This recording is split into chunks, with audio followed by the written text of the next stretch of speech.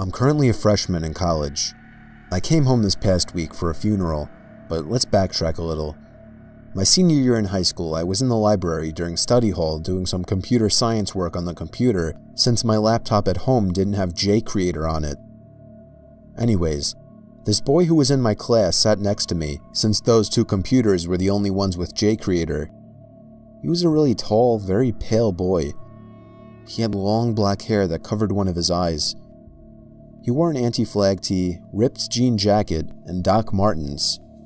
He never spoke to anyone in class, and I'd never seen him with anyone else. So I took a seat, and he looked up at me like I committed murder. I quickly looked away and started rummaging through my bag as a distraction. As my head was down, I heard him chuckle and then mumble, "Of course." I froze with my head still down towards my bag. I just dismissed it as him talking to his computer, as code can be quite frustrating. I sat back up and quickly typed in my login details. To break the awkwardness, I said, "She assigns too much homework, I can barely keep up." His eyes stayed locked on the computer screen. "You want the answers, don't you?" I laughed and said, "No thanks, I won't learn anything that way." Usually I would have said yes, but I didn't want to see his evil stare again. It was like he was staring into my soul. He laughed again, in that creepy laugh. So creepy that I had to close my eyes and cringe. I opened them and looked over to see him gone. The strange thing was he left his flash drive. I waited about 10 minutes to see if he would come back, but he didn't. Study hall ended at 1 and it was 12:50.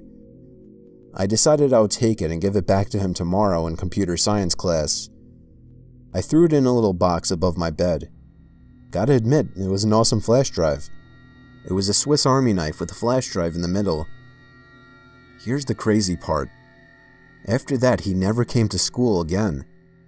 He was notorious for being absent, so for the first month no one batted an eye. However, May rolled around and we were all getting ready to graduate. I had completely forgotten about the flash drive until 2 days ago when I came home. I needed one, and I remembered I still had that boy's. I scanned it with my Norton, and it said it was all safe. I was planning to delete all of his stuff so I could put my PowerPoint for business class on it. Naturally, however, I started snooping through his files. The first thing I saw was a folder named Computer Science. I opened it, and all the answers to every assignment was there. I thought, damn, maybe that's why he left it, so I could copy off of him. Maybe because he knew he was never coming back.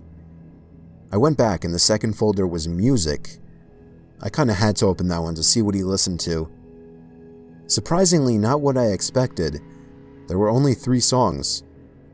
Running on Empty by Jackson Browne, White Rabbit by Jefferson Airplane, and Helter Skelter by the Beatles. I went back again. There was an untitled folder. Inside it was AP Literature. There were a bunch of essays and various junk. There was one called The Best.Doc. I opened it, and it was merely a 10-page document of notebook pages filled entirely with his first and last name, handwritten. I went back again. This is where it gets weird. He had taken pictures of the emergency escape plan posters on the door in every classroom. There was a picture of a lit cigarette on the bathroom floor, and another picture of some coins on the bathroom floor with a yellow post-it note next to it saying, "Chump change" in all caps. Now this is the weird part. There was a picture of me, taken while I was reading a book in class. From the looks of it, it was my English class that he was not in. There was also a document titled, "Rest in Peace to ... but it was empty when I opened it. I still have no idea if this was a joke or not. For all I know, he never showed up again because he realized that he lost his hard drive.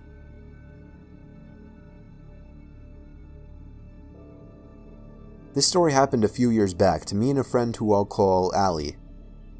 We're now both 15, making us 12 when this story occurred. Okay, so me and Allie have been friends since 2nd grade, and we would usually spend all weekends and free time together. We always have been into paranormal and ghost stuff. We had every reason to believe that every house we ever went into was haunted. We would go on ghost hunts like the TV shows with a flip phone to record the sounds. But there will always be one night that stands out to me that still haunts me to this day. It was around midnight and we were hyper and awake like most kids of our age on the weekends. So we decided to do another ghost hunt in my house. We got the flip phone ready and we borrowed my dad's touchscreen to actually videotape. This was the first and last time we used that. My basement was not like most because the house I was living in at the time was very old and therefore very old-fashioned. So down the stairs there's one main big room that we use for storage, and a little further there was another medium-sized room for the washer and the dryer, and the farthest was a small little cell-type room that we never used, mainly because everyone was too creeped out to go in it. Me and Allie walked down the stairs, turned on the camera and flip phone recorder, and we started asking the usual questions you would see on TV, like, is there anybody here? Give me a sign if you're here, and that type of thing. We finally got tired of it and went back upstairs and into my room to be so excited as we reviewed our first video recording. This was a big step for us because we wanted to be ghost hunters so bad. We were watching and we kinda got disappointed as we didn't find anything in the video or voice recording.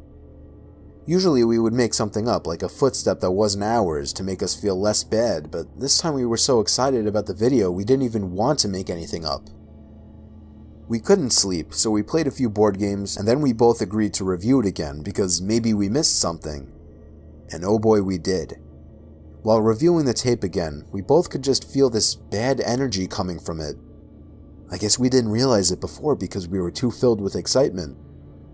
We went on anyway, and as we paid more attention, we could actually hear footsteps that weren't ours.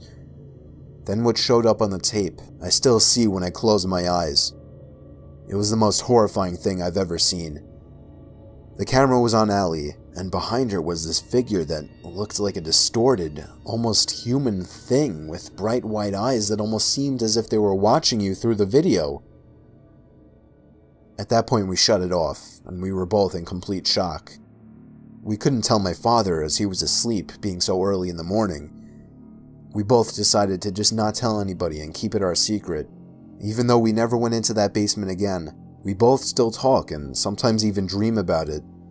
To this day, I don't know if it was our imagination or if there was something with us in that basement, but I'll never go in there again.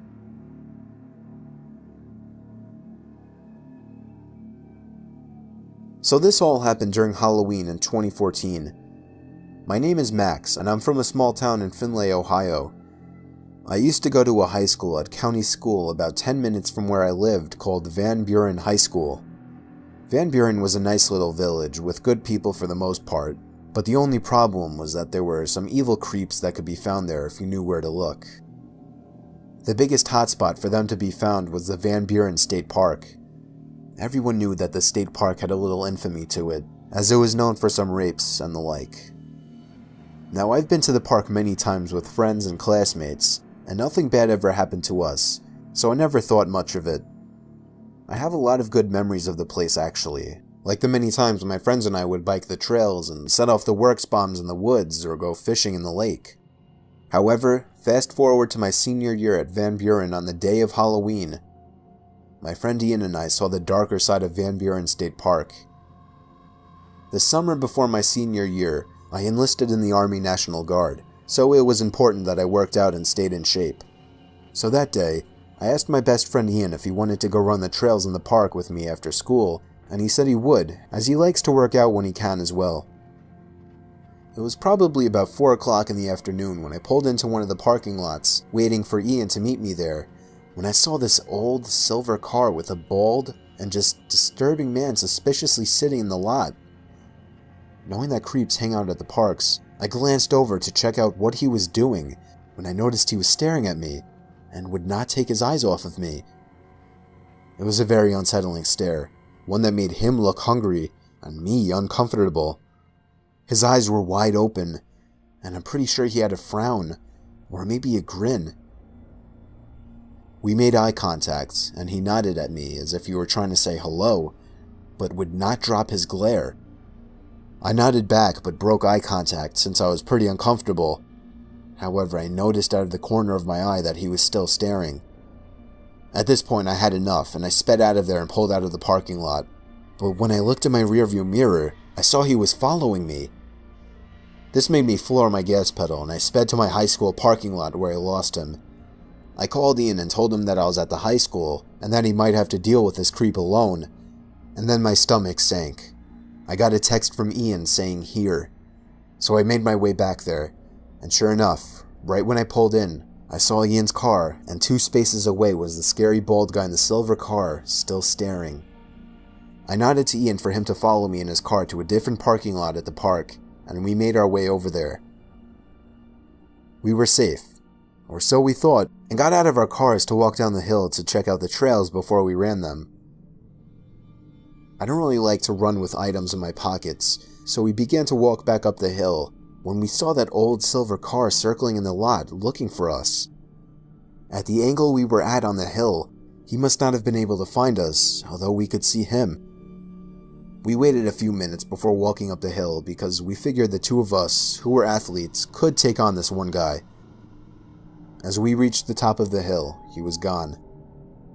Feeling pretty safe, Ian and I decided to still run the trails, but I made sure to grab a rock to use as a weapon for my own peace of mind, in case we would run into the possible rapist or killer in the woods.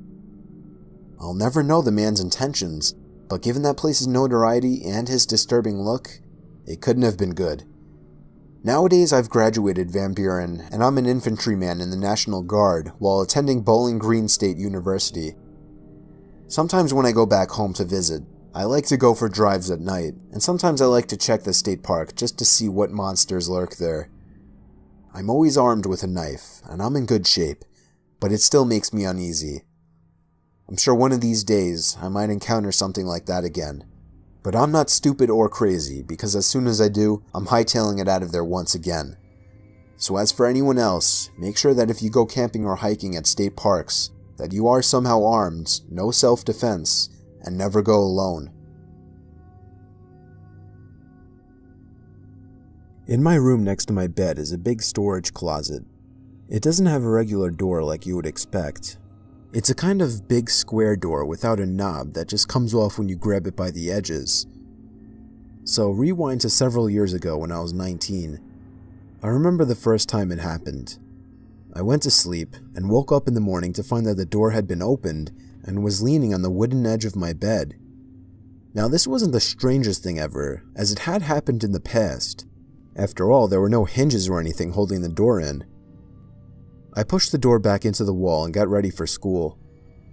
The next night, I woke up around 4 in the morning. I could have sworn I had woken up to a noise. I sat up and looked around my room in the dark, and noticed the door was leaning on the edge of my bed again. Now I was concerned that the edges to the hole in the wall were starting to chip away, and the door could no longer fit as tightly as it used to. I left it that way overnight and fixed it in the morning. The following night, I was having trouble sleeping. It had to be at least 2 hours of my rolling around bed trying to fall asleep. That's when I heard a huge thump, and I knew what it was. I could even see it in the dark. The door fell open again. I was so done with this. I mentally decided to just leave it open from now on. That's when I heard the slightest movement of a plastic bag from inside of the closet. My heart literally skipped a beat when I heard this. There was no draft in the room at all. I hesitantly flicked on the light switch and looked into the open closet. My biggest fear came true when I saw someone inside the closet peering at me in my bed. Within maybe half a second of my turning on the lights, he tried to hide as if I didn't see him. I couldn't even move. All I could do was scream the word "Dad." I screamed so loud it took my dad maybe 10 seconds to make it to my room. I pointed at the closet and he looked inside. Only then did I finally feel safe to get up and stand behind him. My dad crawled all the way in there, and he couldn't find anyone though. He came out and assured me I was just seeing things, and I started to question that myself. Still, I couldn't sleep in that room. I slept on the floor in my parents' room with a blanket. Well, I wouldn't say slept, as before that could even happen, I heard my bedroom door open from down the hall outside, and then someone literally ran down the stairs and out the front door, slamming it behind them. My parents heard it, and it was only then they believed me. We tried to chase whoever it was down, but he was gone. We later found out he was hiding in an empty container inside the closet.